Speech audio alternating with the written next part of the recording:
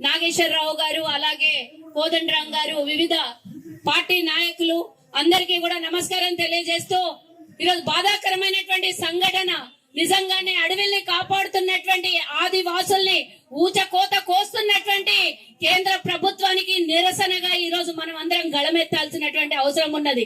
ఛత్తీస్గఢ్ లో మొన్నటిదాకా కాంగ్రెస్ ప్రభుత్వం ఉండే, ఏనాడు కూడా ఆదివాసుల మీద, గిరిజనుల మీద ఇలాంటి దౌర్జన్యం చేయలేదు.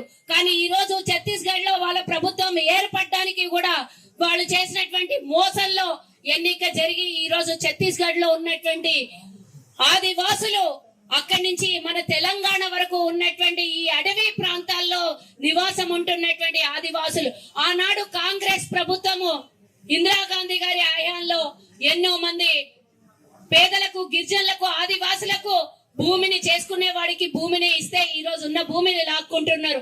ఆనాటి ప్రభుత్వం జల్ జంగల్ జమీన్ అని చేసుకునే వాడికి వ్యవసాయం కోసం మరి అడవి ప్రాంతాల్లో నివాసం ఉంటున్నటువంటి ఆదివాసుల్ని చంపుతూ ఉంటే మీరు హిందువులకు ఎక్కడ రక్షణ ఇస్తున్నారు?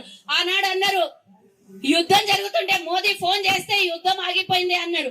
కానీ ఇక్కడ మన దేశంలో నివాసం ఉంటున్నటువంటి పౌరులకి రక్షణ లేకుండా ఇంకా చంపమని తన మిత్రులైనటువంటి గుజరాతీలు, అదానీ, అంబానీలకు ఈ ఖనిజ సంపదని దోచిపెట్టడం కోసమే ఈ ఆపరేషన్ కగ్గార్ ని వాళ్ళు తీసుకున్నట్టు ఈ రోజు ఊచకోత కోస్తున్నటువంటి ఈ దుర్మార్గుల్ని తప్పకుండా ఈ వేదిక ఒక గుణపాఠం కావాలి. ఈ వేదిక ఢిల్లీ వరకు వినపడాలి. పసిపాప అయినటువంటి మంగ్లీని, 6 నెలలు పుట్టిన పిల్లని కూడా మీరు ఎన్కౌంటర్ చేశారంటే ఆ పాపకేం తెలుసు?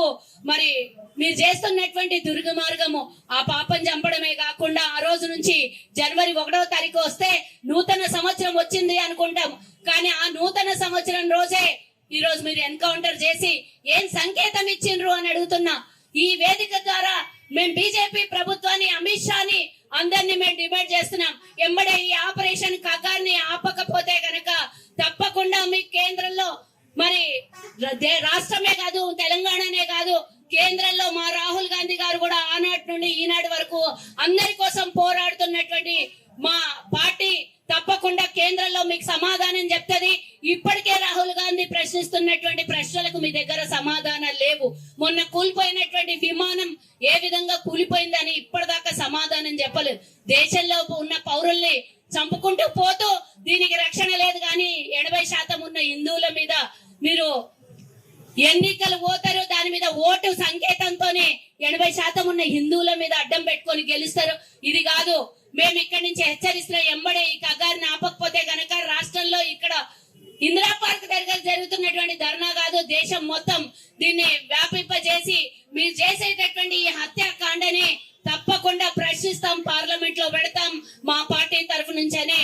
మేము ఆ పార్టీ తరఫు నుంచి యావత్ కాంగ్రెస్ పార్టీ ఈ కగారికి వ్యతిరేకంగా మేము నినాదాలు తీసుకొని ప్రశ్నిస్తామని సందర్భంగా కోరుకుంటూ ఈ అవకాశం ఇచ్చినటువంటి పెద్దలందరికీ కూడా మరోసారి ధన్యవాదాలు. జై హింద్.